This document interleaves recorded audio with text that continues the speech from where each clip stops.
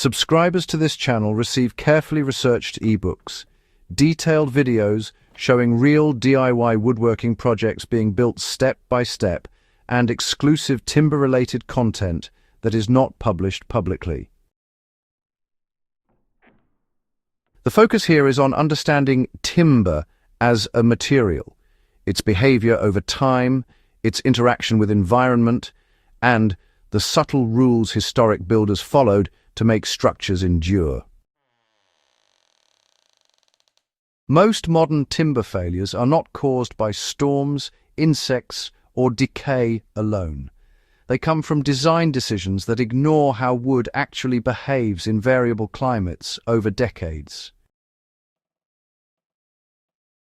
Buildings that seem solid at first often show sagging, twisting, or surface checking within a few years. In contrast, many structures from the 17th and 18th centuries, and even earlier, still stand in fair condition. Roof overhangs extended well beyond walls, shielding vertical posts and beams from direct rain exposure. This design principle explains why some timber-framed barns from the 1700s remain intact. Even though the external shingles have been replaced multiple times, modern builders often reduce overhangs to save material, exposing walls and posts to continuous moisture. That small design shortcut dramatically shortens structural lifespan. Historical builders chose timbers not solely based on species, but on growth patterns and density. Slow-grown, straight-grained wood was preferred because it swelled and shrank predictably. Wider, faster-grown boards, while nominally stronger in initial bending tests, often warped or twisted over time.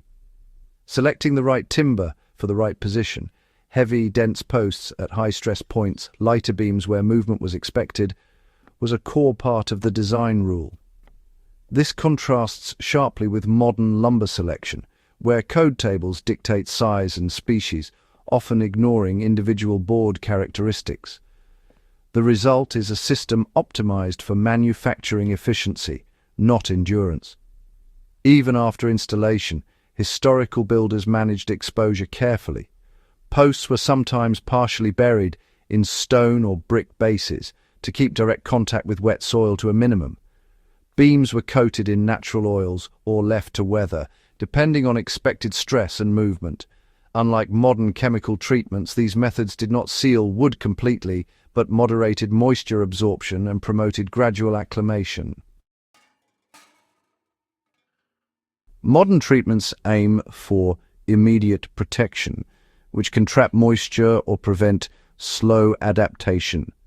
The old world rule was to let the wood find equilibrium with its environment, then design the building to accommodate that equilibrium. Finally, the old world design rule always included a built-in tolerance. Beams were often oversized relative to immediate load, joints reinforced with multiple pegs, and spacing slightly generous. This wasn't wasteful. It was insurance against unknown variables, sudden storms, uneven foundation settlement, or unexpected moisture exposure. Modern codes rarely account for these long-term uncertainties, treating compliance as sufficient protection. Wood is not static. It responds slowly but relentlessly to load, moisture, and temperature. Ignoring these factors leads to predictable failures, even in compliant buildings. Historical builders accounted for these realities through design, not technology. By studying their rules, we can make better choices today, whether for restoration, reconstruction, or durable new construction. If you value understanding timber at this depth, consider subscribing to the Old World Timber email list. Beyond video, it offers extended research, historical case studies, and detailed analysis of timber in practice. Material knowledge that ensures your work, like the buildings we study, stands the test of time.